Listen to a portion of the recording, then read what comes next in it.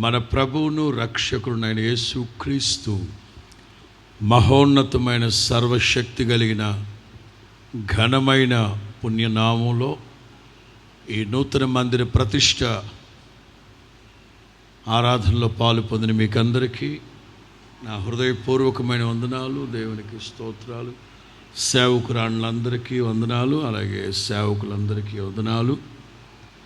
యెషయా గ్రంథం 60వ అధ్యాయం.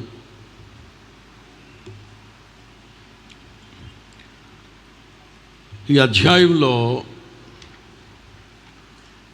చాలాసార్లు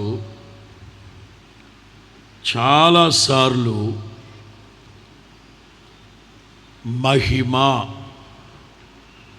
మహిమ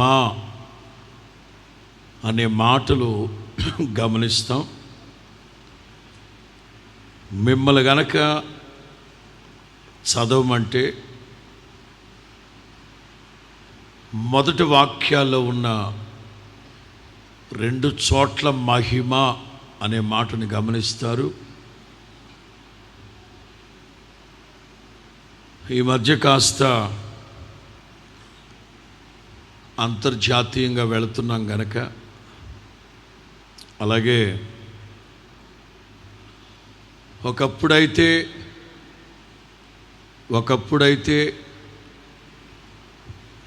పల్లెటూరు పరిచర్య అన్నట్లుగా ఉండేది. రాను రాను దేవుడు మన పరిచర్యల్ని దీవించి అన్ని రంగాల వాళ్ళు, అన్ని స్థాయిల్లో ఉద్యోగాలు చేసేవాళ్ళు, ఉన్నత చదువులు చదువుతూ ఉన్నవాళ్ళు కూడా మన సంఘాల్లో ఉన్నారు కనుక కొంచెం ఇంగ్లీష్ కూడా చూస్తూ వస్తున్నాం. అంచేత ఈ యెషయా గ్రంథంలో వేరు పదాలు వినియోగించబడ్డాయి, కానీ ఇంగ్లీష్లో వాటన్నింటి చోట మహిమ మహిమ మహిమ అని చూస్తాం. నోట్ చేసేవాళ్ళు చేయండి. 60వ అధ్యాయం మొదటి వాక్యం, యెహోవా మహిమ నీ మీద. 2వ వాక్యం చివర్లో, ఆయన మహిమ నీ మీద. 7వ వాక్యం మధ్యలో, నా శృంగార మందిరమును. అక్కడ మీరు నోట్ చేయాల్సింది, నా శృంగార మందిరమును నేను మహిమతో నింపుదును. ఇంగ్లీష్ బైబిల్లో అక్కడ కూడా నా శృంగార మందిరమును నేను మహిమతో నింపుతాను. 9వ వాక్యం, ఆయన నిన్ను మహిమ పరచినందున. తెలుగు బైబిల్లో ఏముంది? ఇన్ ఇంగ్లీష్, ఆయన నిన్ను మహిమ పరచినందున.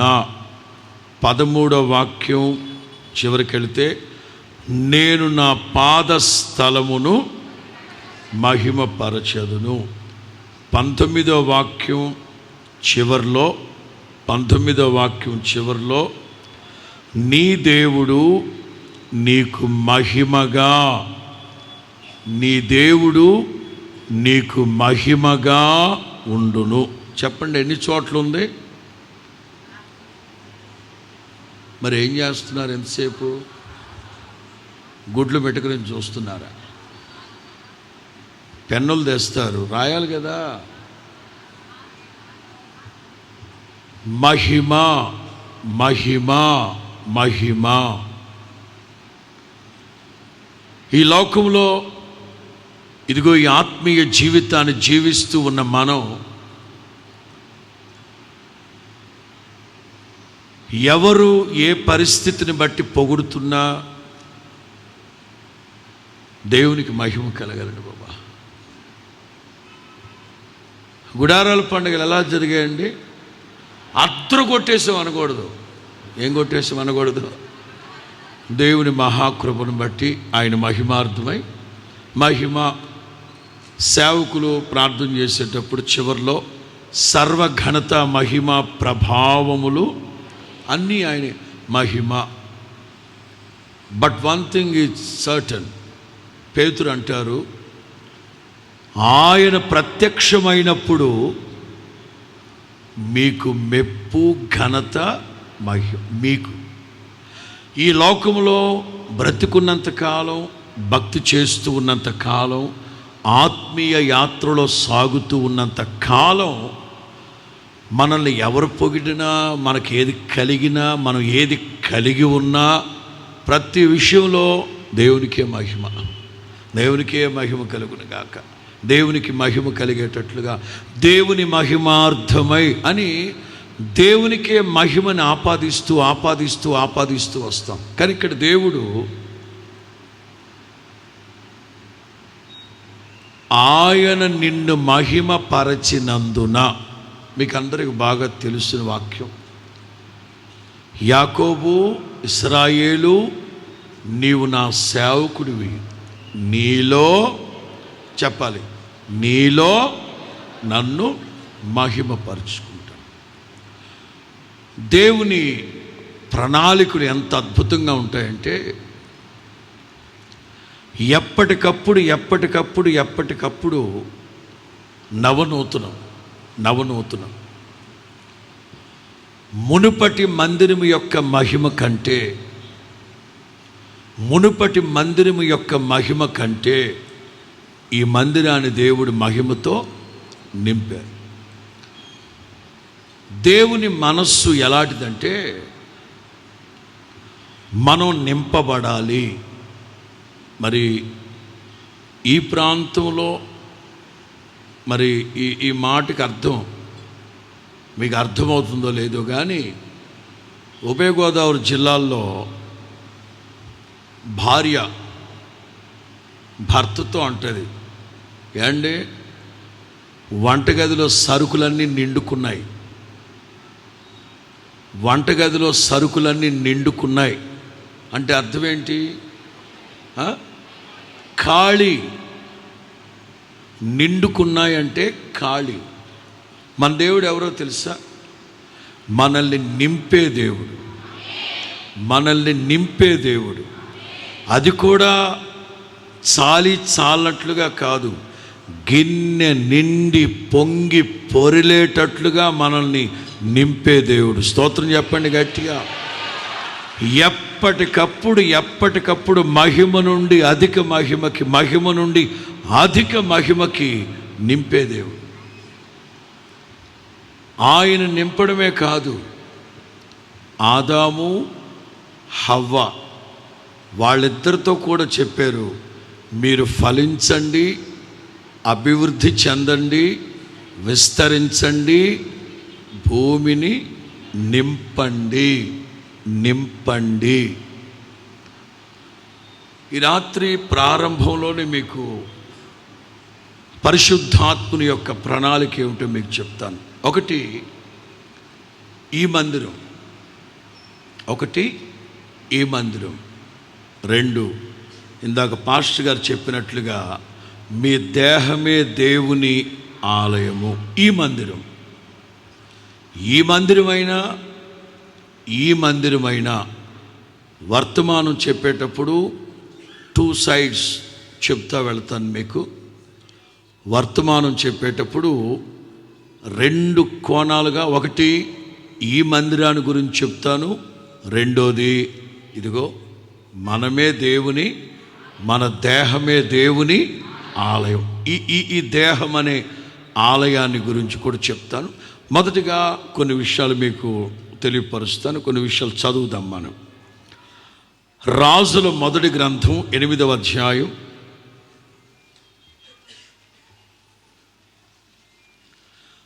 రాజుల మొదటి గ్రంథం 8వ అధ్యాయం 10-11.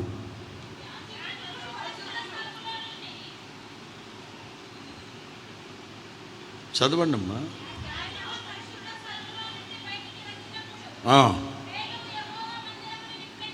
మేఘము యెహోవా మందిరమును నింపెను. దేవుని మహిమ 11వ వాక్యం చదవండి. యెహోవా తేజో మహిమ, యెహోవా తేజో మహిమ.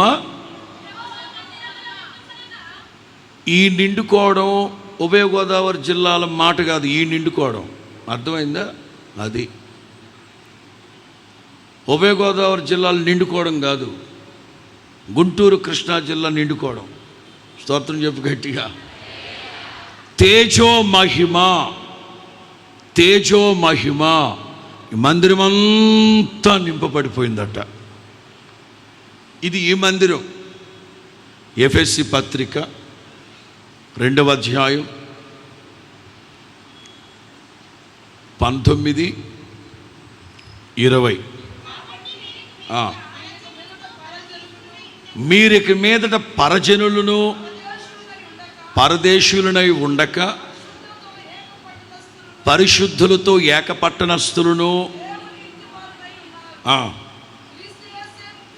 క్రీస్తు యేసే ముఖ్యమైన మూలరాయి అయి ఉండగా అపోస్తలులను ప్రవక్తలు వేసిన పునాదుల మీద మీరు ఎలా కట్టబడుతున్నారు? దేవుని మందిరం. కొరింథీయులకు రాసిన మొదటి పత్రిక 3వ అధ్యాయం, కొరింథీయులకు రాసిన మొదటి పత్రిక 3వ అధ్యాయం 16-17. మీరు దేవుని ఆలయమై ఉన్నారని, మీలో నివసించుచు ఉన్నాడని తలలు పైకెత్తండి. రాజుల మొదటి గ్రంథంలో ఇదిగో సొలొమోను కట్టిన మందిరం మహిమతో, తేజో మహిమతో నింపబడింది. కొత్త నిబంధనకు వస్తే అపోస్తలులు ప్రవక్తలు వేసిన పునాదుల మీద సజీవమైన రాళ్ళ వలె మీరు దేవుని మందిరముగా కట్టబడుతున్నారు. ఇంకా చెప్పాలంటే మీ దేహము దేవుని ఆలయం. ఈ దేహమనే ఆలయములో నా దేవుని తేజో మహిమ నివసించునుగాక. నింపబడాలి, నింపబడాలి. మరలా చెప్తున్నాను, దేవుని అభిమతం ఏంటంటే మనం ఒట్టి చేతులతో ఖాళీగా అష్టదరిద్రులుగా బ్రతకాలని దేవుని చిత్తం కాదు. గిన్నె నిండి పొంగి పొర్ల. దేవుడు ఆశీర్వదిస్తే అలాగే ఆశీర్వదిస్తారు. మామూలుగా నేను గతంలో చెప్తా వచ్చాను, అబ్రహాము దైవ ప్రణాళిక, దేవుని చిత్తానుసారంగా బయలుదేరి ఆ ప్రాంతానికి వెళ్ళినప్పుడు ఫిలిస్తీన్లు ఆ బావులన్నింటినీ మట్టితో నింపేశారు. శత్రువు యొక్క దుష్ట ప్రణాళిక ఏమిటంటే మనం బాగుండకూడదు, జీవజలపు నదులు పొంగకూడదు, ఊరకూడదు, ఊరెడి బొగ్గగా ఉండకుండా మట్టి వేస్తాడు సాతానుగా. అబ్రహాము తవ్విన బావులన్నింటినీ ఫిలిస్తీన్లు నింపేశారు. దేంతో? మట్టితో నింపేశారు.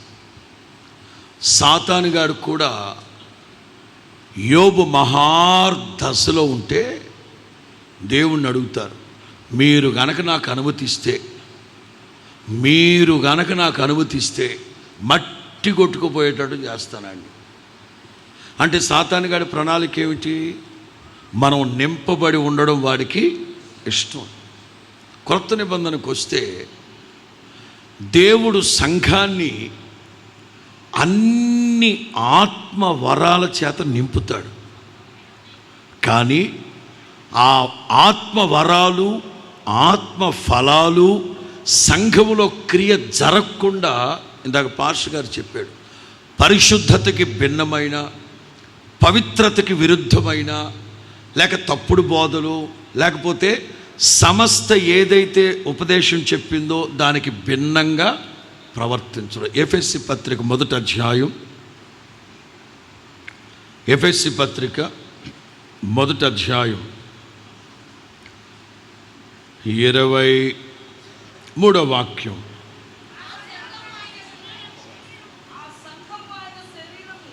ఆ సంఘము ఆయన శరీరము,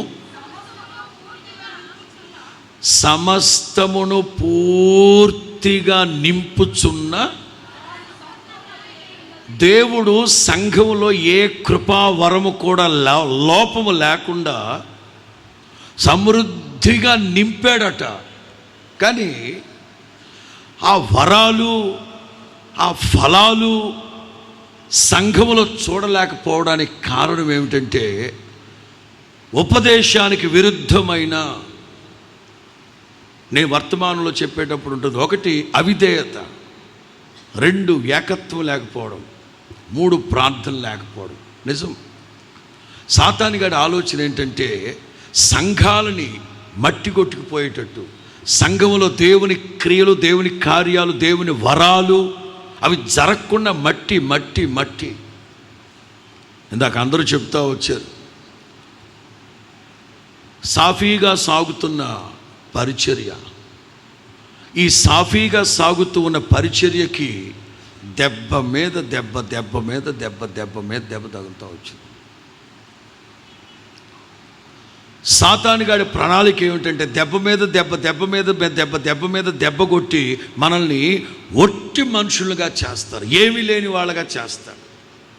సాతాను గాడు ఆస్తి మాత్రమే పోగొట్టి, చాలే దేవుడా ఆడు బతుకాడు చస్తాడని వెళ్ళాడా, మరలా వెళ్ళి పర్మిషన్ అడిగాడు, పిల్లల్ని చంపేస్తానన్నాడు. మరలా వెళ్ళి పర్మిషన్ అడిగాడు, పని వాళ్ళందరినీ దోచేయాలి. మరలా వెళ్ళి పర్మిషన్ అడిగాడు, ధాన్యం అంతా దోచేయాలి. మరలా మొత్తం మీద వాడి ప్రణాళిక దెబ్బ మీద దెబ్బ, దెబ్బ మీద దెబ్బ, దెబ్బ మీద దెబ్బ కొట్టి ఎలాగైనా సరే అబ్రహాము తవ్విన బావుల్ని పూర్తి చేయాలి, ఆ జీవజలం అక్కడ ఉండకుండా ఎలాగైనా సరే దాన్ని ఆర్పేయాలి, ఆర్చేయాలి అని సాతాను గాడి ప్రణాళిక. 1 మందిరం, 2 ఇదిగో ఇదిగో మనమే దేవుని. 2 కోణాల్లో మీకు మహిమని గురించి చెప్తాను. 3 మాటలు, కట్టె, కొట్టె, తెచ్చే. దేవునికి మహిమ కలుగునగాక. మొదటి మాట, దేవుని మహిమ మనలో నిలిచి ఉండాలంటే we should have obedience, విధేయత. 2, దేవుని మహిమ మనలో నిలిచి ఉండాలంటే ఏకత్వం, ఏకత్వం. 3,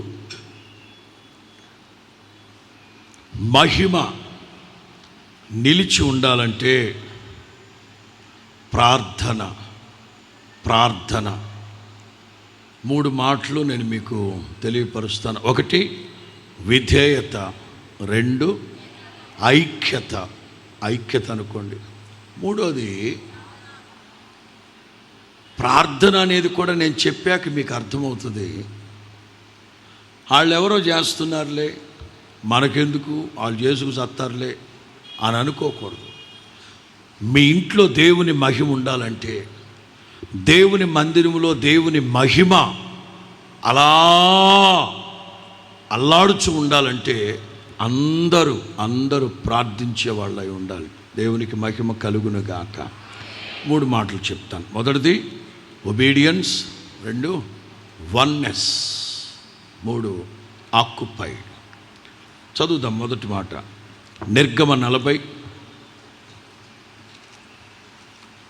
నిర్గమకాండం 40వ అధ్యాయం 33. నిర్గమ 40, 33, 34.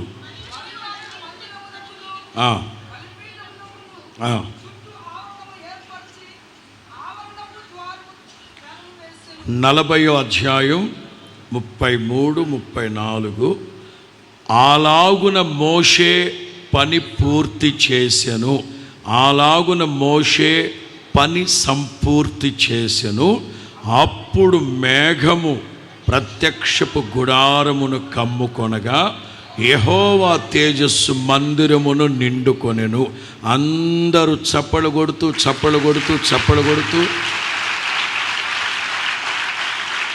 హల్లెలూయా. మోషే పని సంపూర్తి చేసెను.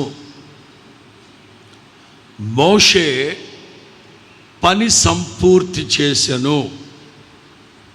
అప్పుడు అసంపూర్ణముగా ఉన్న చోట దేవుని మహిమ దిగదు. మీరు పరిశుద్ధ గ్రంథాన్ని చదివేటప్పుడు ఇశ్రాయేలీలందరూ సంపూర్ణముగా కూడుకున్నప్పుడు అనే మాటను గమనిస్తారు. సంపూర్ణముగా కూడుకున్నప్పుడు అప్పుడు దేవుడు విస్తారంగా మాట్లాడేవాడు. కొద్దిమంది కూడుకున్నప్పుడు ఏదో అరాపొర పైపైన మాట్లాడేవారు. దేవుడు కూడా నాకు కూడా అనిపిస్తూ ఉంటుంది. అంటే నేను కాదులేండి, నాకు 10 మంది ఉన్నా 25 మంది ఉన్నా 1,00,000 మంది ఉన్నా 2 గంటలకు తగ్గను, నేను చెప్తానే ఉంటాను. కొంతమంది అయితే ఫుల్గా జనం ఉన్నారనుకోండి, గంటన్నర, కొంచెం అరాపొరగా ఉన్నారనుకోండి, కొట్టే వెళ్ళిపోతారు. దేవుడు కూడా అట్లాగే అనుకుంటా. ఇశ్రాయేలీయులు సంపూర్ణముగా కూడుకొనినప్పుడు మోషే దేవుడు ఏదైతే చెప్పాడో, ఎలాగైతే కట్టమన్నాడో, కొండ మీద నీకు చూపబడిన మాదిరి చొప్పున, కొండ మీద నీకు చూపెట్టబడిన మాదిరి చొప్పున దేవుడు చెప్పిన పనిని సంపూర్తి చేశాను. దేవుని యొక్క తేజో మహిమ మందిరము నిండుకొనెను. చప్పలు కొట్టండి గట్టి. ఇది ఈ మందిరం. ఇప్పుడు మన దేహం అనేది దేవుని ఆలయం, దేవుని మందిరం. దేవుని వాక్యం మనకు ఏదైతే చెప్తుందో విధేయత, ఈ నా మాటలు విని వాటి చొప్పున జరిగించే ప్రతి వాడు బండ మీద ఇంటిని కట్టుకున్న బుద్ధిమంతుణ్ణి పోలి ఉంటాడు. దైవ జనాంగమా, మోషే కట్టింది ఇదిగో ఇట్లాంటిది. ఆత్మీయంగా చెప్తున్నాను, నీలో దేవుని మహిమ నిలిచి ఉండాలంటే, నీలో నన్ను మహింపరుచుకుంటాను, నీ ద్వారా దేవునికి మహిమ కలగాలి అంటే నీవు విధేయత చూపాలి. దేవుని వాక్యం మనకు ఏదైతే చెప్తుందో అలాగే ఇక తూచా తప్పకూడదు. నా దేవుని ప్రియుల, కొన్ని సందర్భాల్లో దేవుడు చెప్తున్నది ఒకటి, ప్రజలు చేసేది ఒకటి. అందుకే దేవుడు అన్నారు, మీతో రావడానికి, మీ నడమ నేను సాగడానికి నాకు మనస్సు లేదు, మీరే వెళ్ళండి. మందిరం కట్టమన్నప్పుడు దేవుడు ఎంత క్రమశిక్షణ చెప్పాడో, కొండ మీద నీకు చూపెట్టబడిన పోలిక చొప్పున నోవాహు ఓడ ఎన్నంతస్తులు? నోవాహు ఓడ ఎన్నంతస్తులు? దేవుడు చెప్పినట్లుగానే దేవుడు అట్లాగే చెప్తాడండి. 3 అంతస్తులు కట్టి ఎక్కడ సరిపోద్ది, దున్నపోతులు ఏనుగులు ఎక్కువ ఉన్నాయి, వాళ్ళు అట్లాగే చెప్తారులే, నాకు ఇష్టం వచ్చినట్లు నేను కట్టుకుంటాను అన్నాడా? అదే అవిధేయత. దేవుడికే మా యనమండుగురికి అని చెప్పారు, మరలా పోతా దున్నపోతులు ఎక్కించుకో, ఎద్దులు ఎక్కించుకో, ఏనుగులు ఎక్కించుకో, జిరాఫీలు ఎక్కించుకో అన్నాడు. 3 అంతస్తులు ఎక్కడ సరిపోద్ది? ఆయన అట్లాగే చెప్తాడు, నా పాటికి నేను కట్టుకుంటాను. అవిధేయత. కొండ మీద చూపెట్టబడిన చొప్పునే మోషే చేశారు, సంపూర్తి చేశారు. వెంటనే దేవుని మహిమ దిగింది. దీంట్లో దేవుని బిడ్డలందరూ పాలిభాగస్తులు. ప్రియులారా, మోషే పాటికి మోషే చేసుకుంటూ వెళితే ఏమని చేస్తాడు? ఏముందని చేస్తాడు? మోషేకి డబ్బులు ఎక్కడి నుంచి వస్తాయి? మోషేకి డబ్బులు ఎక్కడివి? ఇక్కడ మీకు కొన్ని విషయాలు చెప్తాను. ఇశ్రాయేలీలు అరణ్య యాత్రలో ఉన్నప్పుడు దేవుడు మందిరాన్ని కట్టమన్నప్పుడు అప్పుడప్పుడు యేసన్న గారు చెప్తూ ఉంటారు, కొన్ని మందిరాలకి కొన్ని దెబ్బలు తగులుతున్నప్పుడు, దెబ్బ మీద దెబ్బ తగులుతూ ఉన్నప్పుడు కొంతమంది విశ్వాసులు స్ట్రాంగ్గా సమస్త కోసం నిలబడి, సమస్తే ధ్యేయంగా నిలబడి పోరాడుతున్నప్పుడు ఆయన అప్పుడప్పుడు మాకు చెప్తూ ఉండేవారు, ఫలానా సంఘానికి కలిగిన దెబ్బలు మామూలు దెబ్బల, అదిగో ఆ విశ్వాసులు కాళ్ళు గడిగి నెత్తి మీద పోసుకున్న వాళ్ళ రుణం తీర్చుకోలేవరా అంటుంటారు. ఎందుకంటే దేవుని మందిరంలో దేవుని మహిమ దిగాలి అంటే మోషే ఒక్కడి వల్ల జరిగే పని కాదు. అది మోషే ఒక్కడి వల్ల జరిగిన పని కాదు. ఇప్పుడు నేను మోషే విధేయత చూపాడు అంటున్నాను, కానీ ఇందులో నేను రాసుకున్న మాట ఏమిటంటే దేవుని బిడ్డలందరూ పాలి భాగస్తులుగా మారారు అందులో. స్తోత్రం చెప్పండి గట్టిగా, హల్లెలూయా. ఎలా జరిగింది ఆ రోజున అరణ్య యాత్రలో ఉన్నప్పుడు ఎలా జరిగింది దాని విధానం మనం చూద్దాం. 25వ అధ్యాయం 40వ వాక్యం. నిర్గమ 25:40. కొండ మీద నీకు కనపరచబడిన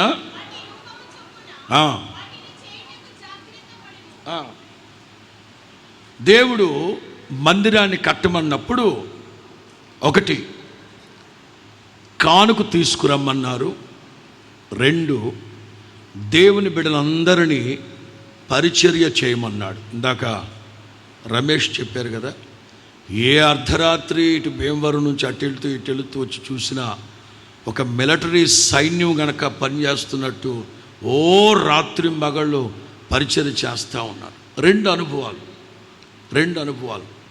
1 దేవుని బిడ్డలందరూ విధేయత చూపారు, 2 మోషే కూడా విధేయత చూపాడు. దేవుని బిడ్డలందరూ విధేయత చూపి సేవకుడు విధేయత చూపలేదు అనుకోండి, దేవుని మహిమ దిగదు. సేవకుడు ఒక్కడే ప్రయాసపడి విశ్వాసులందరూ రివర్స్ అయ్యారనుకోండి, దేవుని మహిమ దిగదు. 2 కోణాలుగా సంఘాన్ని ఉద్దేశించి మాట్లాడతాను. 1 కానుకలు, 2 పరిచర్య. 1 కానుక, 2 పరిచర్య. దేవుని బిడ్డలందరూ అరణ్య యాత్రలో ఉన్నారు. దేవుడు మనఃపూర్వకంగా ఎవరెవరైతే కానుకిస్తారో వాళ్ళ దగ్గర కానుక తీసుకోమన్నాడు. కానుక అంటే అవి కూడా డీటెయిల్గా చెప్పారు, పలానా పలానా పలానా పలానా పలానా. నా డౌట్ ఏంటంటే వీళ్ళు అరణ్య యాత్రలో ఆ పూటకు ఆకలి అవుతుంది బాబా అంటే మన్నా కురుస్తుంది, దాహం అవుతుంది బాబా మంచినీళ్ళు ఇవ్వండి బాబా బండను మగలు కొడుతున్నాడు దేవుడు. ఏమంటే కొంచెం మోసం కొర తినాలనుంది బాబా అంటే పూరేళ్ళు వస్తున్నాయి. అట్లాంటిది ఏం లేదండి బాబా, ఎగ్ ఆమ్లెట్ తినాలనుకుంటే అదే ఏది కావాలంటే అరణ్య యాత్రలకు ఏమి లేవు. కానీ దేవుడు చెప్పారు, హృదయపూర్వకంగా కానుకలు ఇచ్చే వాళ్ళ దగ్గర కానుకలు తీసుకో. ఏమేమి తీసుకోవాలి? దేవుని ప్రజలందరూ విధేయత చూపారు. దేవుడు ఏ లెక్క అయితే చెప్పారో ఆ లెక్క ప్రకారం తీసుకొచ్చి మోషేకి ఇచ్చారు. ఆ లెక్కంతా ఖర్చు పెట్టి మోషే మందిరాన్ని కట్టారు. సేవకుడు విధేయత చూపాడు, దేవుని బిడ్డలు విధేయత చూపారు. అందుకే దేవుని తేజో మహిమ మందిరములోకి దిగింది. హల్లెలూయా. చూద్దాం. 7 రకాల వస్తువులు తీసుకోమన్నాడు. ఇందాక రాజు పాస్టర్ చెప్పినట్లుగా ఆ 7 రకాల వస్తువుల్ని కనుక వివరించాలంటే మరలా ఇంకోసారి రావాలని చూద్దాం. నిర్గమ 35:22. నిర్గమ 35:22. ఎవరెవరి హృదయాన్ని దేవుడు ప్రేరేపిస్తారో 1 బంగారు, 2 వెండి, 3 ఫ్యాబ్రిక్, 4 చర్మపు తోళ్ళు, 5 చిత్తీము చెట్లు, 6 నూనె, 7 పరిమళ తైలం, 8 రత్నాలు, గోమేధికలు. స్తోత్రం చెప్పండి గట్టిగా. క్లియర్గా దేవుడు చెప్పారు మోషేతో, ఇవన్నీ వీళ్ళని ఇవ్వమను. వాళ్ళు ఇచ్చారు.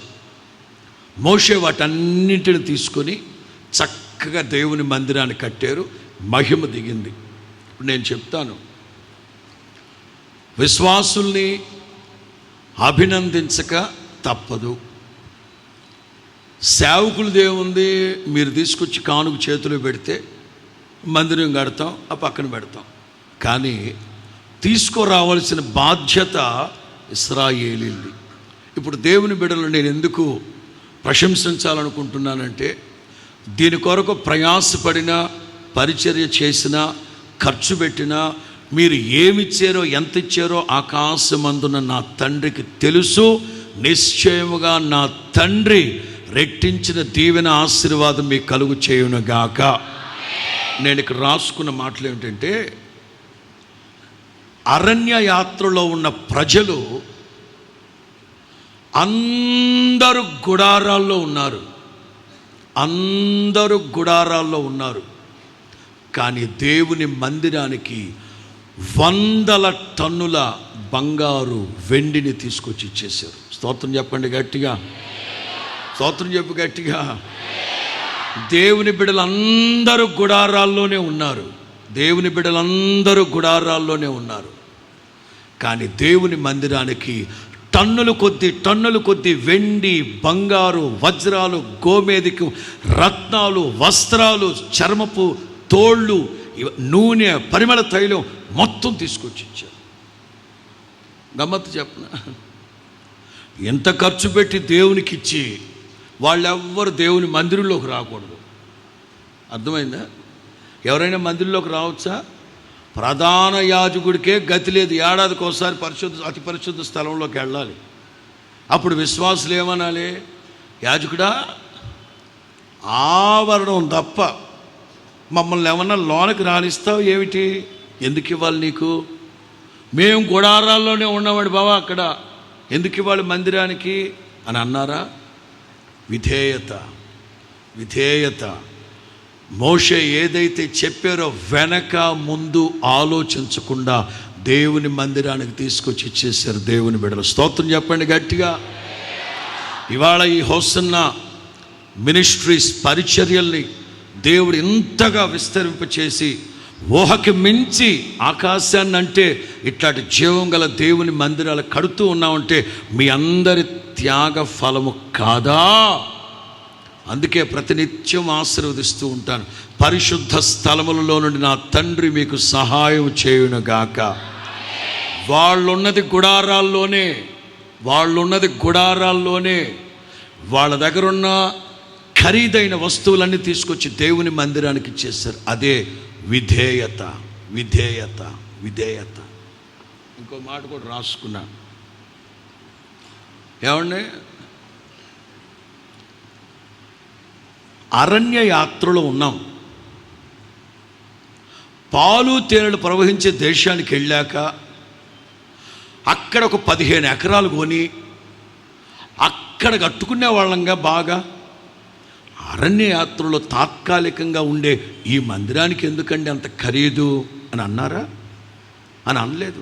ఎప్పటికప్పుడు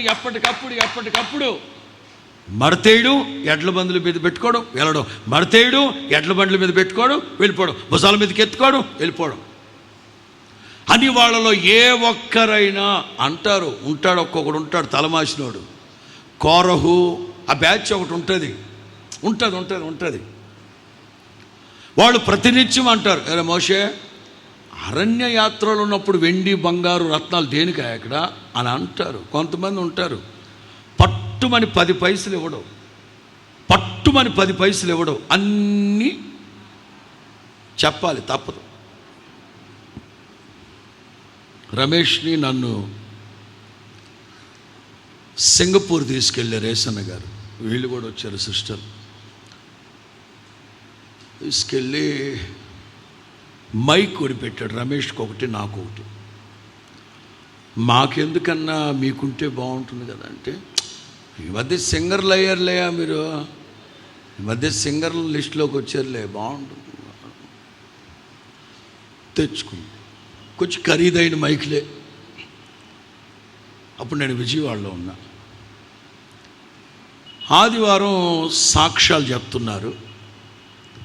ఒక సహోదరి, అయ్యగారు నేను కూడా సాక్ష్యం చెప్తానంటే, ఆవిడికి సాక్ష్యం లేదని తెలుసు నాకు. ఆవిడికి సాక్ష్యం ఉండదు. చెప్తాను, సున్నితంగా తిరస్కరిద్దామని, టైం అయిపోతుంది కదమ్మా అంటే, లేదయ్య గారు ఇది చాలా గొప్ప సాక్ష్యం అంది. ఏ సాక్ష్యం? మళ్ళీ అందులో పేద సాక్ష్యాలు, మధ్యతరగతి సాక్ష్యాలు కూడా ఉంటాయా? సరే చెప్పి తగలడు. సంఘానికి వందనాలు, పాస్టర్ గారి స్తోత్రాలు. పెళ్ళయి 13 సంవత్సరాలు అయింది. పెళ్ళయి 13 సంవత్సరాలు అయింది. మా ఆయన ఏ రోజు కూడా ఓ జాకెట్ ముక్క కొనిపెట్టి సచ్చినోడు కాదు. నేను బాగా ప్రార్థన చేసుకున్నాను.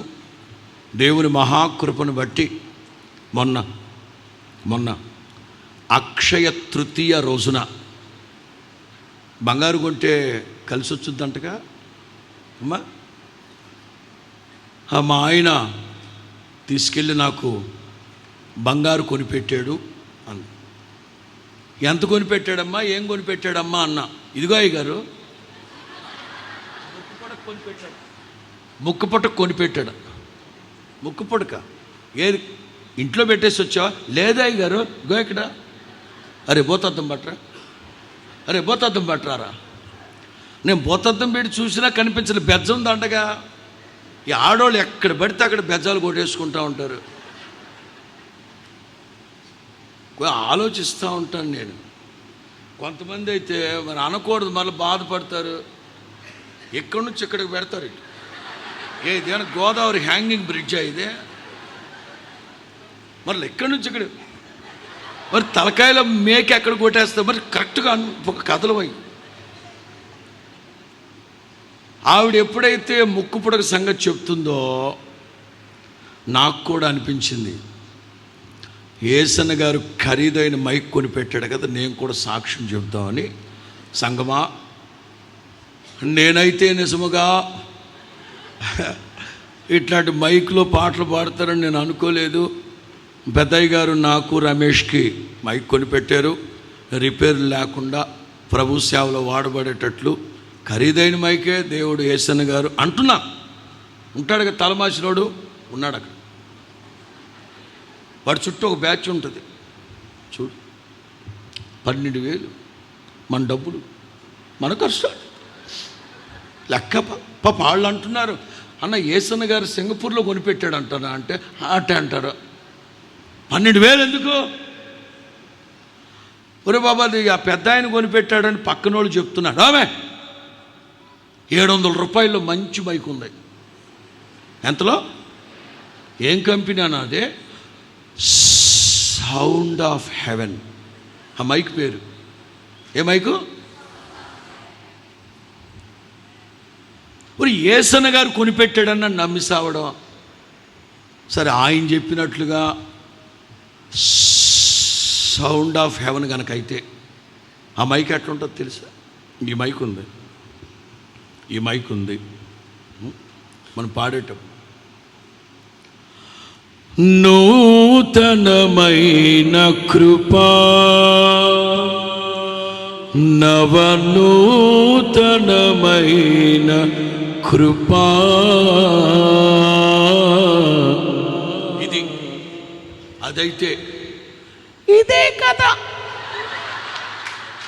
నాలో పరవశం.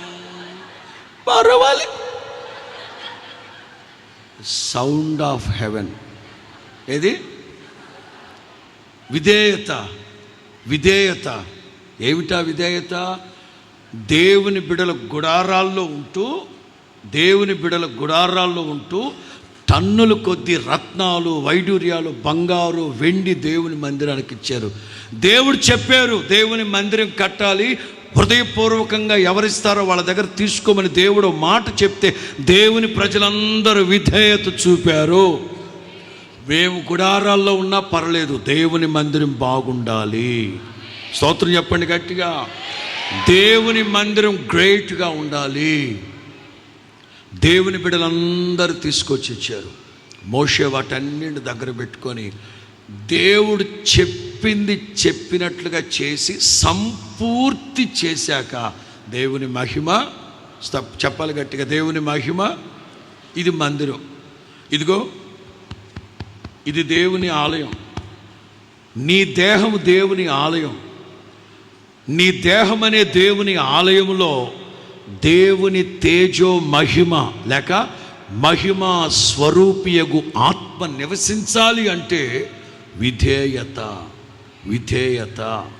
అపోస్తుల కార్యాల్లో మనం చూస్తాం, విధేయులకు అనుగ్రహింపబడేదే దేవుని పరిశుద్ధాత్మ శక్తి. అంచేత దేవుని ప్రియులారా, మీ దైనందిన జీవితంలో విధేయత, యేసన్న గారు అంటూ ఉంటారు, ఒక వ్యక్తిలో అవిధేయత అనే అవలక్షణం ఉంటే సకల దుర్గుణాలు ఉంటాయట. ఆదాము ఒక్కడే ఒకని అవిధేయత సర్వమానవాళికి పాపాన్ని తీసుకొచ్చి పెట్టింది. యేసు క్రీస్తు అనే ఒకని విధేయత సర్వమానవాళికి పరిశుద్ధతని, పవిత్రతని, నిత్య జీవాన్ని, కృప, బాహుల్యాన్ని తీసుకొచ్చి పెట్టింది. దేవునికి స్తోత్రం. చెప్పాలి గట్టిగా. నిర్గమ 35:26. నిర్గమ 35:26.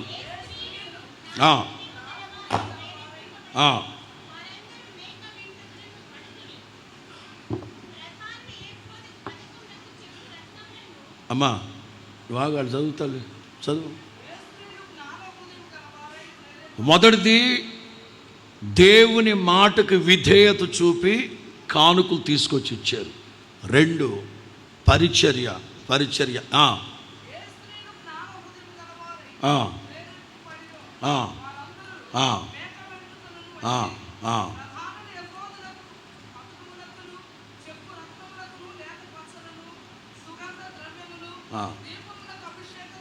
హృదయపూర్వకముగా. అందుకే సొలొమోను దేవుని మందిరాన్ని ప్రారంభించినప్పుడు, దేవా హృదయపూర్వకముగా నీ సన్నిధిలో సమకూర్చబడిన ఈ బిడ్డల్ని దీవించండి అంటే, దేవుని బిడ్డలో దైవ పరిచర్యలో హృదయపూర్వకంగా బలవంతంగా చేసేది భక్తి కానే కాదు. దేవుని బిడ్డలు హృదయపూర్వకంగా కానుకించారు. 2 హృదయపూర్వకంగా దేవుని మందిరంలో పరిచర్య చేశారు. సేవకుడు కూడా ఆ దిశగానే దేవుడు ఏదైతే చెప్పాడో కొండ మీద నీకు చూపబడిన పోలిక చొప్పున నీవు మరలా చెప్తున్నాను. దేవునికి ఏం తెలుసు, నేను కదా ఇక్కడ ఉండేది, ఆయనకేం తెలుసు, అరణ్య యాత్రలో నాకు తెలుసు కదా. నోవాహు కానీ మోషే కానీ ఆయన అలాగే చెప్తారు. ఇన్ని లక్షల మందికి చేయాలంటే కొంచెం చేయాలని అనుకుంటే దేవుని మహిమ దిగుండేది కాదు.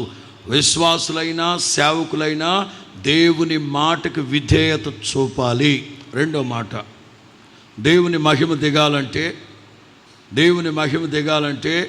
we should have oneness. అందరికీ ఐక్యత. ఎంతమంది ఇక్కడ ఉన్నప్పుడు ఒక్కసారిగా హల్లెలూయా అనండి. ఇది అన్ని సందర్భాల్లో ఉండాలి. చెప్తాను. దినవృత్తాంతాలు 2వ గ్రంథం 5వ అధ్యాయం 13-14.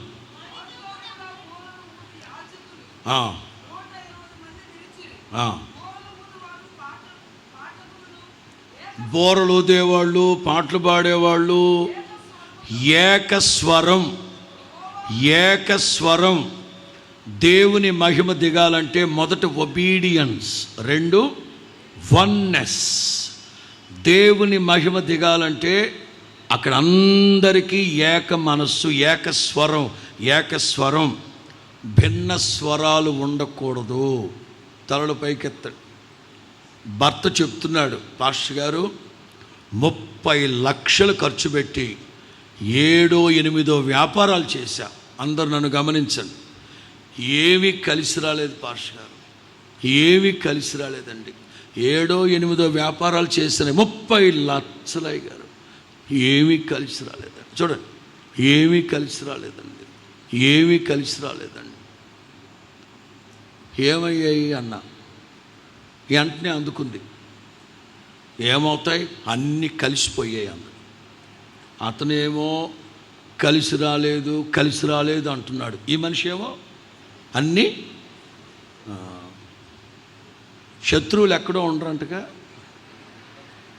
నైటీలు వేసుకొని బంగారు నగలు పెట్టుకొని చెప్పు ఇంట్లోనే తిరుగుతుంటాయంట. ఐక్యత లేదు. 120 మంది ఉంటే ఏకస్వరం. దేవుని మందిరములో ప్రతి ఒక్కళ్ళు ఏకస్వరం అంటే దీని ఐక్యత. ప్రత్యేకించి మన దేశం అన్ని విషయాల్లో టాప్లో ఉంటుంది. ఇందాకే 7 గంటలప్పుడు అందిన సమాచారం, సోషల్ మీడియా ద్వారా నకిలీ వార్తలు, ఫేక్ వార్తలు సృష్టించడంలో భారతదేశం మొదటి స్థానంలో నిలిచింది. అది ఏ వార్తలకి? ఇందాక 7 అందిన తాజా సమాచారం. అట్లాగే ఐక్యత. తెలుసుగా మీకు పీతల సంగతి. ప్రపంచంలో ఉన్న మేధావులందరూ పీతల మీద ప్రయోగం చేద్దాం అనుకున్నారట.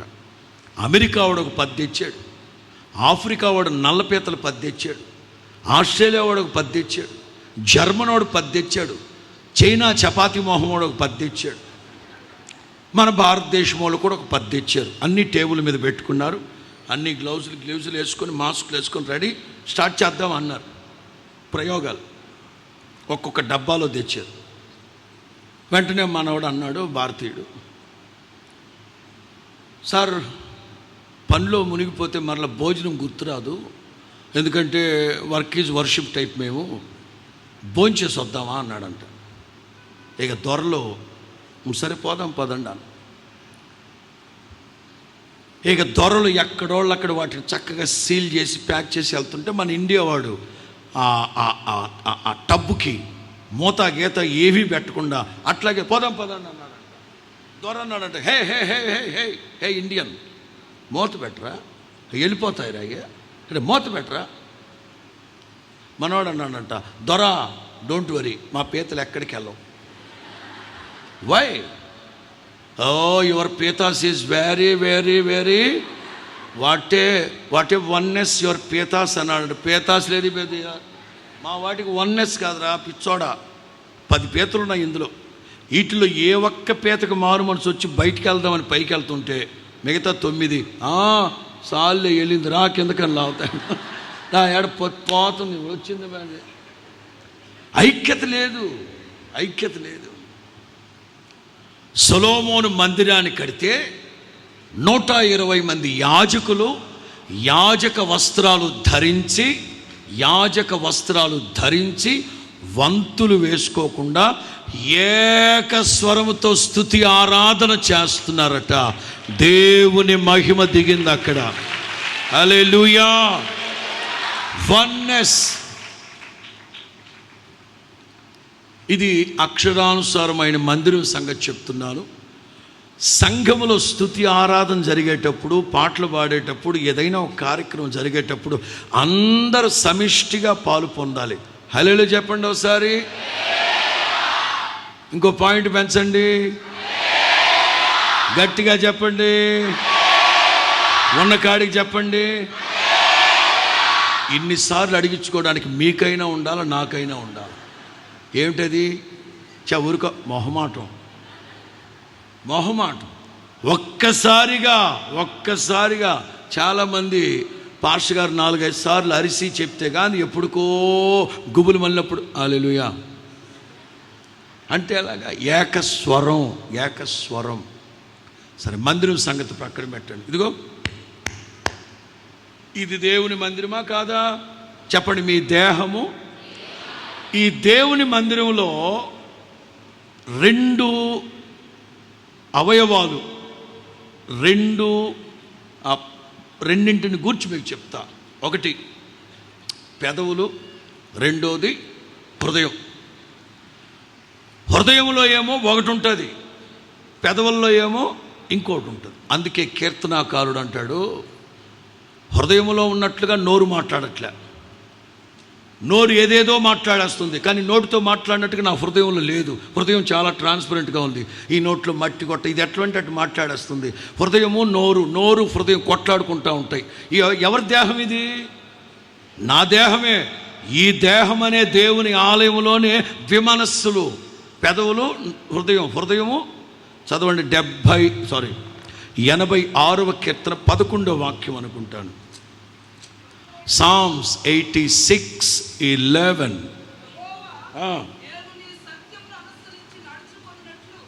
దీంట్లో వాక్యం పడదా? 86వ కీర్తన 11వ వాక్యం. నీ నామమునకు భయపడునట్లు, తెలుగు బైబిల్లో ఏకదృష్టి, in English unite my heart, unite my heart. నా హృదయానికి నా పెదవులకి, నా హృదయానికి నా పెదవులకి, నా చేతలకి నా మాటలకి సఖ్యత లేకుండా ఉంది. యునైట్, ఐక్యపరచండి. అందుకే యేసు ప్రభు ఎన్నోసార్లు వాపోతారు, మీలో చాలామంది నన్ను పెదవులతో ఆరాధిస్తూ ఉన్నారు, వాళ్ళ హృదయం నాకు చాలా దూరంగా ఉంది. చాలామంది పెదవులతో ఆరాధిస్తూ ఉన్నారు నన్ను, వాళ్ళ హృదయం నాకు చాలా దూరంగా ఉంది. కానీ చాలామంది హృదయంతో ఆరాధిస్తూ ఉన్నారు. ఇక్కడ మీకు కొన్ని విషయాలు చెప్పాలి. 71వ కీర్తన 23 చూద్దామా? 71వ కీర్తన 23. అందరూ కలిసి చదివితే బాగుంటుందేమో ఈ మాట. Psalms 71:23 చదవండి. 23వ వాక్యం. సరే, నేను పాట పాడేటప్పుడు నా పెదవులను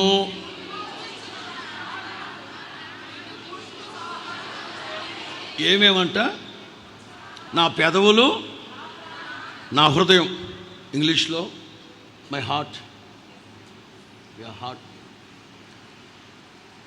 నా పెదవులు నా హృదయము రెండు కలిసి ఆరాధించాలి. ఎప్పుడన్నా ఆలోచించారా? చాలామంది ఉంటారు, గంభీరంగా ఆరాధించండి, ప్రభువును స్తుతించండి, మీ పెదవుల మీద దయారసం పోయబడుతుందంటే, లేదు భాష, నేను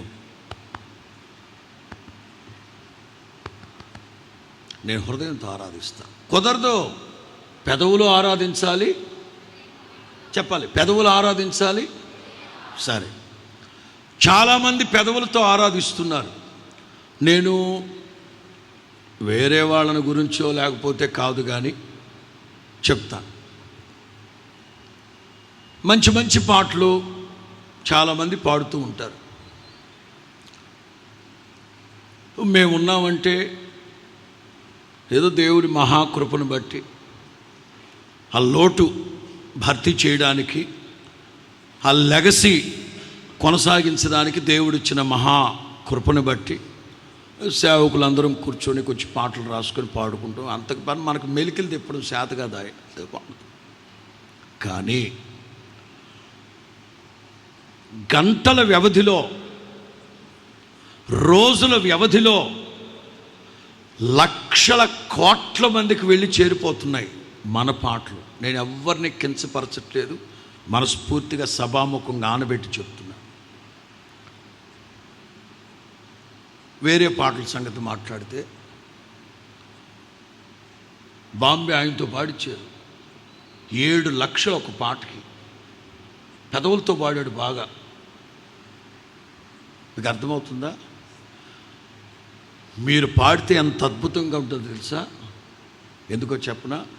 మీరందరూ రక్షణ ఆనందాన్ని పొంది ఉన్నారు కనుక మీ స్వరాలు నా తండ్రికి ఇష్టం. ఆ సినిమా పాటలు పాడేవాడికి రక్షణ ఆనందం లేదు కనుక, మీకు అర్థమవుతుందా? ఒక వ్యక్తి రక్షణ ఆనందంతో పాడే పాట వేరుగా ఉంటుంది, అదే డబ్బులు తీసుకొని పెదవులతో పాడే పాటలు వేరుగా ఉంటాయి. మనమందరము మనస్సుతో పాడుతాం, నోటితో పాడుతాం. ఆత్మతో పాడతాం, మనస్సుతో పాడతాం. అందుకే ఈ స్తుతి ఆరాధన జరిగేటప్పుడు దేవుని మహిమ ఈ మందిరాన్ని నింపుతూ ఉంటుంది. ఇదిగో ఈ మందిరాన్ని నింపుతూ ఉంటుంది. స్తోత్రం చెప్పండి గట్టిగా. అందుకే దావీదు అంటారు, నా పెదవులు నీవు విమోచించిన నా హృదయము రెండు కలిసి. అందుకే వీటన్నిటికి తేడా వస్తుంది. ప్రభా, యునైట్ ఐక్యపరచండి. చాలామంది ఆరాధన జరిగేటప్పుడు మౌనంగా బెల్లం కొట్టిన రాయిలాగా ఉంటారు. అక్క ఆరాధించవా? నేను ఆత్మతో. దేంతో? మరి పెదవులు అన్నా ఆరాధించ. మాకు పాస్టర్ గారు ఉన్నారు, మాకు పాస్టర్ ఉన్నాడు. స్తుతి ఆరాధన జరిగేటప్పుడు కొంచెం జనాన్ని ఎంకరేజ్ చేయరా కాస్త అన్నాం అనుకోండి, స్టార్ట్ చేస్తాడు. ఇక ప్రిలారా, నోటితో పాడండి, ముక్కుతో పీల్చండి, చెవుతో వినండి, కాళ్ళు ఎత్తండి, చేతులు ఎత్తండి అంటాడు. వీడు ఏరోబ్రిక్ జయించే లోపు పాట అయిపోతుంది. అర్థమవుతుందా? సేవకుడు చెప్పక్కర్లే, నీ హృదయం రక్షణ ఆనందంతో నిండి ఉంటే ఆటోమేటిక్గా పాడుతాయి నీ పెదవులు పాడుతాయి. అలా పాడేటప్పుడు మీ పెదవుల మీద దయారసము పోయబడును గాక. చదువుదాం 42వ కీర్తన 4వ వాక్యం. 42వ కీర్తన 4వ వాక్యం. జన సమూహముతో పండగ చేయుచు ఉన్న సమూహముతో నేను వెళ్ళిన సంగతి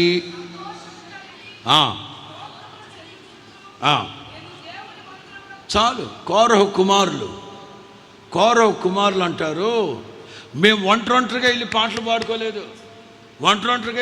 పాడుకోలేదు, జన సమూహముతో వెళ్ళాము, సంఘమంతటితో కలిసి వెళ్ళాము, సమాజముగా కలిసి వెళ్ళాము, సంఘమంతటితో స్తుతించాము. చాలామంది ఉంటారు రావడమే చాలా లేటుగా వచ్చేవాళ్ళు కొంతమంది అయితే, మరి కొంతమంది వస్తారు, వచ్చి స్తుతారాధన అయిందా అవలేదా, స్తుతారాధన అవలే ఇంకా, ఇక స్తుతి ఆరాధన అంతా అయిపోయి మీరు సర్దుకొని ఒక నీళ్ళు దాకా అంతా కూర్చున్న తర్వాత అప్పుడు వస్తాడు. మరి పెచ్చోడా, దేవుని మహిమ నీ హృదయంలో దిగాలంటే స్తుతి ఆరాధనకే ఉండాలి, స్తుతి ఆరాధన సమయానికి రావాలి. జనసమూహం అందరితో కలిసి నేను స్తుతి ఆరాధన జరిగినంతసేపు ఆటోలో కూర్చొని దమ్మేస్తున్నావు అంటాడు. స్తుతి ఆరాధన జరిగేటప్పుడు అంతా మంగినపూడి బీచ్లో బురదమట్లు పడుతున్నావు అంటాడు. స్తుతి ఆరాధన సమయానికే సంఘమంతా చేరిపోవాలి మందిరంలో. నేను రాజమండ్రిలో చిన్న పద్ధతి పెట్టుకున్నా, నాకు దేవుడిచ్చిన ఆలోచన బట్టి. 9ంటికి ఆరాధన ప్రారంభమైతే తల్లిదండ్రులు పైకి వచ్చేటప్పుడు పిల్లల కింద సండే స్కూల్ వదిలిపెట్టేసి వచ్చేస్తారు. 9:30 10 అప్పుడు పాటలు అయిపోతున్నాయి, స్తుతి ఆరాధన ప్రారంభిస్తామనగా సండే స్కూల్ అయిపోద్ది. పిల్లలందరూ సంఘంతో కలవాలి, అప్పుడు అందరూ కలిసి స్తుతి ఆరాధన. పిల్లల మీద, యవనస్తుల మీద, పెద్దోళ్ళ మీద, నడి వయస్కుల మీద అందరూ సంఘమంతా కలిసి స్తుతి ఆరాధన, స్తుతి ఆరాధన చేసేటప్పుడు ఏక స్వరం. అక్కడే మనం చూస్తాం, వంతులు వేసుకోలేదు. నేను ముసలాడిని, నేనేంటి పాట పాడేది, నేను చిన్నపిల్లోడిని, నేనేంటి పాట పాడేది, వాళ్ళు పాడుకుంటారులే, నేను మౌనకు దిమ్మలాగా నిలబడతాను అనుకోలేదు. వంతులు వేసుకోకుండా 120 మంది ఏకస్వరంతో స్తుతించారట. నేను అంటాను, మీ ఇంట్లో కూడా ఐక్యత, వన్నెస్ అనేది చాలా ప్రాముఖ్యం. ఎవరికి వాళ్ళే భిన్నాభిప్రాయాలతో ఉండకూడదు. పొరపాటున మీ ఇండ్లలో, మీ హృదయంలో కూడా మనస్సు ఒకటి, హృదయం ఒకటి, పెదవులు ఒకటి, చేతులు ఒకటి ఉన్నాయనుకోండి, నీ జీవితం తారుమారు అయిపోద్ది, తల్లకిందులు అయిపోద్ది, గజిబిజి గత్ర అయిపోద్ది. అందుకే ఈ దేహం అనే ఆలయంలో దేవుని మహిమ దిగాలంటే పెదవులు ఏం మాట్లాడుతున్నాయో హృదయం నిండిన దానిని బట్టే మాట్లాడాలి. ఏదైతే మాట్లాడుతున్నామో అది చేతల్లో ఉండాలి. అంతేగాని చేతలు ఒకటి, మాటలు ఒకటి, హృదయం ఒకటి పొరపాటున ఉండకూడదు. అలా ఉంటే దేవుని మహిమ నీ హృదయంలో ఉండదు. మూడో మాట క్లుప్తంగా ముగిస్తాను. మూడోది ప్రార్థన.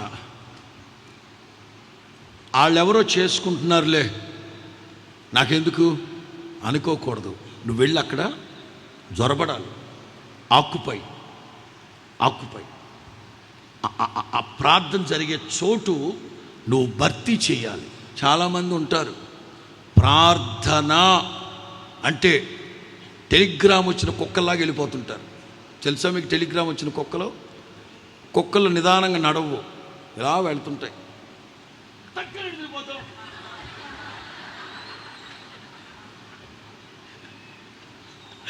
నా మాట కాదు, అది యేసయ్య గారి మాట. కోటాలు జరుగుతూ ఉంటాయా, కుక్క వస్తుంది. ఇంక యేసయ్య గారు ఎందుకులే దాని మానాన్ని అది వెళ్తుంది అనుకుంటారా, వెళదు, ఇటు వెళ్తూ ఉంటుంది. కొంచెం దూరం టక్కన వెనక్కి అటుకి వెళ్తుంది. ఎవరు దీనికి టెలిగ్రామ్ ఇచ్చారు అటు రమ్మనే. ప్రార్థన అంటే హడావుడిగా వెళ్ళిపోతారు. యేసయ్య గారు చెప్తూ ఉండేవారు, ఆ రోజుల్లో కాస్త ఖాళీగా ఉండేవారు కనుక వ్యవహారాలు చేయడానికి వచ్చేవాళ్ళంట కొంతమంది. కొన్నాళ్ల పాటు వాళ్ళని గమనించి చివరికి వీళ్ళని గనక మనం వదులుకోవాలంటే, వీళ్ళని గనక ఈ పేడ మనకు విరగడవ్వాలంటే వాళ్ళు వచ్చి రాకుండిపోయి, అరే చాప తీసుకో, ఒక 2 గంటలు ప్రార్థన చేయాలంటే హలో ప్రార్థనలో ఉండరు. ఇవాళ ఈ బందర్ ఈ చోట ఈ సేవ జరుగుతుందంటే 100 మంది ప్రార్థన చేయలా, 2 నాకు బాగా తెలుసు, 2. ఆ రోజుల్లో నేను గుంటూరు నుంచి ఇక్కడికి ఆరాధనకు వచ్చి వెళ్తూ ఉన్నాను. 2 మేరకు అదే చెప్పింది యేసయ్య గారికి, అన్నా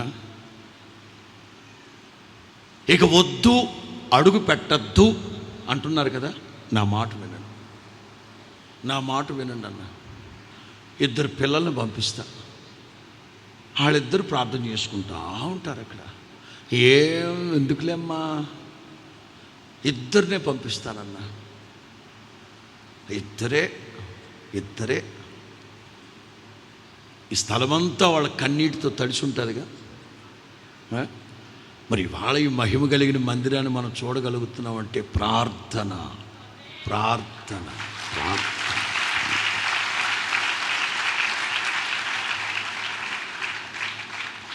దినవృత్తాంతాల 2వ గ్రంథం 7వ అధ్యాయం 1వ వాక్యం. 2 Chronicles chapter 7:1. ఎప్పుడైతే ప్రార్థన ముగించాడో, హల్లెలూయా, గ్లోరీ, కమాన్, హల్లెలూయా.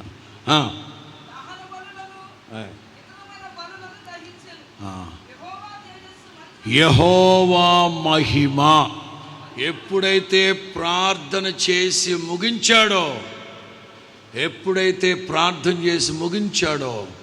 మహిమ దిగేసింది. సొలొమోను ప్రార్థన చేస్తూ ఉన్నంతసేపు దేవుని బిడ్డలు భక్ష్యాలు తినడానికి వెళ్ళారా? వాళ్ళకి చాలా ఇచ్చాడు కదా, భక్ష్యాలు, ద్రాక్ష గెల ఒకటి, భక్ష్యాలు, కోకోకోలా కూడా ఉందా? ఆ రోజుల్లో లేదు కదా. చెప్పు. ఇక్కడ ఆగమ్మా, నువ్వా ఆకలేస్తున్నట్టుంది జాయికి. ఇక్కడ ప్రార్థన జరుగుతూ ఉంది. సర్వ సమాజం ఏం చేస్తున్నారు? ప్రార్థనే.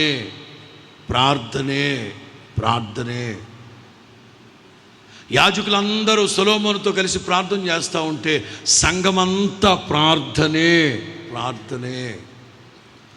సగం మంది అటు వెళ్ళిపోయి, సగం మంది ఇటు వెళ్ళిపోయి, సొలొమోను యాజకులు పని లేక, ఇక్కడ గతి లేక తప్పదు కనుక కర్మగాలు చేసుకోలేదు సంఘమంతా. అందుకే సొలొమోను అంటారు, హృదయపూర్వకముగా నీ సన్నిధిలోకి వచ్చిన ఈ బిడ్డల్ని 1000 తరాలు ఆశీర్వదించు నాయనా. హల్లెలూయా. ప్రార్థన 2 రకాలు. యేసుక్రీస్తు పాటించిన మనకు తెలియపరిచిన 2 kinds ఆఫ్ ప్రేయర్. ఒకటి నువ్వు ప్రార్థన చేయాలనుకుంటే గదిలోకి వెళ్ళి ప్రార్థన చేసుకో. వ్యక్తిగత ప్రార్థన. నువ్వు ప్రార్థన చేయాలంటే గదిలోకి వెళ్ళి ప్రార్థన చేసుకో. యేసు క్రీస్తు కూడా శిష్యులందరితో పడుకునేవారు. కాసేపు ఆగాక ఒంటరిగా లేచి కోతవేట దూరం వెళ్ళి ఒంటరిగా ప్రార్థన చేసేవారు. 2 పేతురు, యోహాను, యాకోబు ప్రార్థన చేయడానికి వెళ్దాం పదండి దా. రూపాంతరపు కొండ మీదకి 3 తీసుకెళ్ళాడు. గెత్సమనే తోటకు 3 తీసుకెళ్ళాడు. అంటే వ్యక్తిగత ప్రార్థన. 2 2 లేక 3 నా నామంలో. నా దేవుని ప్రియులారా, మీ ఇంట మీ హృదయంలో దేవుని మహిమ నిలిచి ఉండాలంటే ప్రార్థనా జీవితం. శిష్యుల్ని మెచ్చుకోవాలి. బాప్తిసం ఇచ్చే యోహాను వాళ్ళ శిష్యులకు ప్రార్థన నేర్పిస్తుంటే యేసు ప్రభు దగ్గరకు వచ్చి అడిగారు, రబ్బీ, బాప్తిసం ఇచ్చే యోహాను వాళ్ళ శిష్యులకు ప్రార్థన నేర్పిస్తున్నాడు, మాకు కూడా నేర్పిస్తావా? అద్భుతం. నేర్చుకోవాలన్న మనస్సు ఉండాలి. నా ప్రభువు కూడా తృణీకరించకుండా అలా చక్కగా కూర్చోబెట్టి ప్రార్థన నేర్పించారు. స్తోత్రం చెప్పండి గట్టిగా. 1 వ్యక్తిగత ప్రార్థన. 2 2 లేక 3. అక్కడ 2 ప్రార్థన చేస్తున్నారు అనుకో, నాగేందుకు అనుకోకూడదు. వెళ్ళి ఆకుపై చేయాలి. నువ్వు కూడా కూర్చోవాలి. ఇవాళ క్రైస్తవ సంఘాల మీద ఈ అఘాయిత్యాలు, ఘోరాలు, లేకపోతే దాడులు, ఈ దరిద్ర పనులు జరగడానికి కారణం ఏంటో తెలుసా? ప్రార్థన బలిపీఠాలు ఎక్కడో కూలిపోతున్నాయి. అందుకే సభాముఖంగా పిలిపిస్తున్నాను, క్రైస్తవ సంఘాలు, క్రైస్తవ సమాజమా, కూలిపోయిన ప్రార్థన బలిపీఠాలు తిరిగి కట్టబడును గాక. దేవుని మందిరాల్లో ఆహర్నిశలు ప్రార్థనలు జరుగును గాక. నేను ఇక్కడ ఒక మాట రాసుకున్నాను, సంఘములో ప్రార్థన దండు లేవాలి. సంఘములో ప్రార్థన దండు లేవాలి. దేవుడే అంటారు, ఇదిగో నా సంఘాన్ని కాపాడడానికి నేను వాళ్ళ మధ్యలో ఒక దండుని ఏర్పాటు చేస్తాను. ప్రార్థనా దండు. సంఘంలో ప్రార్థనా దండు కావాలి. ఇది ప్రారంభమే. ఇక మీదట జరగబోయే ప్రార్థనలు బట్టి నఖముఖాల దేవుడి పరిచర్యలు దీవించి ఆశీర్వదించును గాక. ప్రార్థనా జీవితం. పౌలు అప్పుడప్పుడు అంటాడు, ఉత్తరాలు రాస్తూ ఉంటారు, నాతో కూడా కలిసి మీరు ప్రార్థనలో పోరాడండి. పేతురు చెరసాల్లో ఉన్నప్పుడు సంఘమైతే అత్యాసక్తితో మొదటి శతాబ్దపు పరిచర్యలో 1వ అధ్యాయం, అపోస్తుల కార్యం 1వ అధ్యాయం 14వ వాక్యం.